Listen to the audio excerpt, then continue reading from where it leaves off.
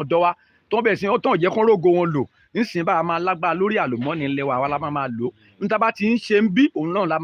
máa lò ń bí a ò ní gbà pé a ò ní jẹ gbèsè a ò ní lọ máa yáwó ní IMF débi láti lọ a ní yáwó ní ẹni wíyà torí pé àlùmọ́ọ́nì ilẹ̀ wa tá bá lè lágbára lé lóò ti parí nìyẹn a kò sí nǹkan míì dẹ́ iná mọ̀nàmọ́ná kò ní ṣe mọ̀nàmọ́ná mọ́ gbogbo àwọn ọ̀dọ́ wọ̀nyí tó lọ́lọ́run fẹ́ lò fún wa àwọn ọ̀dọ́ wa wọ̀nyí pátá lọ́lọ́run fẹ́ lò fún wa ìdí nìyẹn tẹ́ bá wo ààrẹ Mobọ́lájí Ọláwálé Akínọlá Ọmọkọrẹ́ ó jẹ́ ọ̀dọ́ ni ààrẹ Mobọ́lájí Ọláwálé Akínọlá Ọmọkọrẹ́ màmá Modúpẹ́ Onítìrí Abíọ́lá màmá wa tọ́lọ̀ ń lò fún wa ó ti sọ fún wa pé ó sọ fún wọn ní ìgbìmọ̀ àjọ àgbáyé ó láwọn ọ̀dọ́ lọ́lọ́run fẹ́ lò nílẹ̀ Yorùbá ó ní ọ̀dọ́ ni agbára ìlú ó ní láìsí ọ̀dọ́ kò sí orílẹ̀-èdè wọn tí màmá sọ nìyẹn so a dẹ̀ ti gbà bẹ́ẹ̀ wípé ọ̀dọ́ náà lọ́lọ́ máa lò gbogbo ẹ̀yin ọ̀dọ́ ẹ̀ ò ní ìdàkúlà láṣẹ Èdùmàrè àwọn tó bá sọ pé ẹ̀nírógo nílò ogun pátá lọ ọmọ wa tí wọ́n ní rí wọn mọ́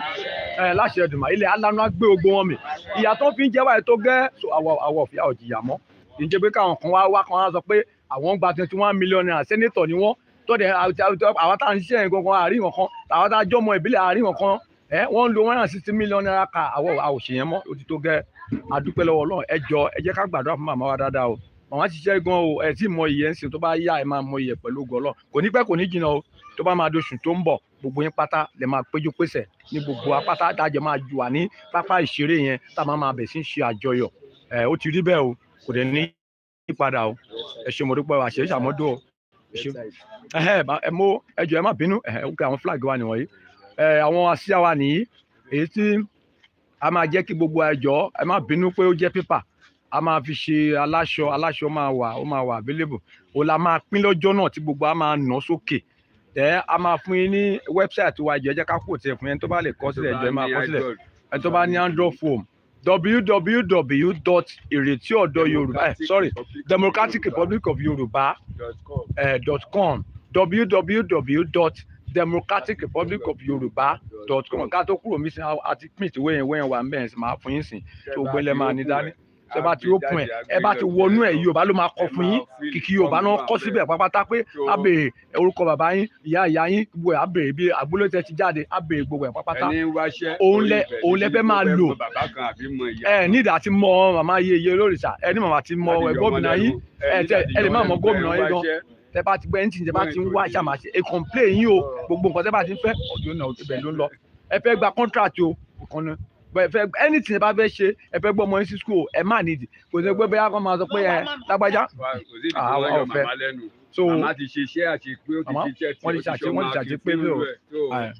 adúpẹ́ o ẹ ṣé o tó bá ní ìbéèrè tó ní ká gbọ́ bá fẹ́ béèrè o. mo kí ẹ káàárọ̀ o ẹ káàsán ẹ káalẹ́ ní gbogbo ibikíbi tí ẹ bá wà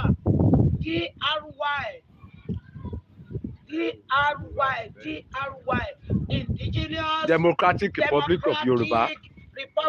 of the Yorubas. Mo kí gbogbo yín o lónílé lálejò ẹ rí pé funfun lẹyẹ ń sun àwọn ẹ rí pé elérò làwa o inú mi dẹ̀ dùn àwọn kan ń parọ́ wọ́n ní Kogi ò ṣe kankan o Kogi ò dìde o Ajakuta wa la ní o ṣe ti ń gbọ́ bẹ́ẹ̀ yẹn ṣùgbọ́n mo fi dá yín lójú pé Kogi ti ṣe tán pátápátá o eléyìí sọ fún wa a kàn wà lágbede méjì ọ̀run pẹ̀lú ayé gẹ́gẹ́ bí ọba rèlé ilé lànà àgbẹ̀ kan òrókòrókò kó gbàgbé ilé. Iṣẹ́ àgbẹ̀ iṣẹ́ ilẹ̀ wa ẹni kò ṣiṣẹ́ a máa jalè. Ìwé kíkọ́ láìsí ọkọ́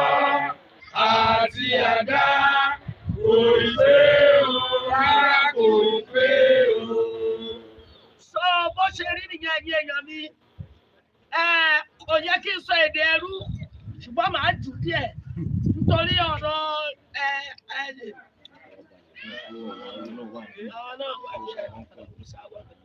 So I greeted everybody this morning and I'm